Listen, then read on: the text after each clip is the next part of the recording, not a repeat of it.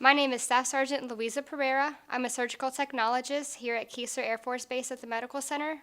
Right now I function as senior float, which I make sure that the operating room runs smoothly throughout the day.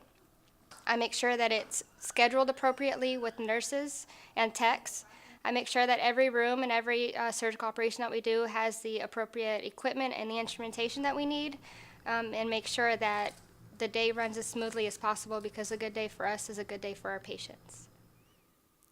I was originally born in Florianópolis, Brazil. It's a little island off the coast on the southern part. I was born there, lived there for 6 years, and moved to the United States when I was 6 years old. My mother moved here before I did. She started a restaurant with my cousin. I started first grade in Fort Lauderdale at Lloyd Estates Elementary School. I didn't know any English when I first moved here. I took a couple of classes when I was in Brazil. I was in ESOL classes the beginning of my childhood because English was my second language, so I had to learn all the ins and outs that kids that are born here automatically know when they go into kindergarten and pre-K. So I kind of started from scratch at first grade. My sister's 8 years older than me, so she started, I believe, high school here. She was about 15 years old when we moved, so the transition was a lot harder for her than it was for me. I also was part of the Health Organization Students of America, so I've always been involved in medical things. My mother came here for a better life for me and my sister, and I'm so glad that she did.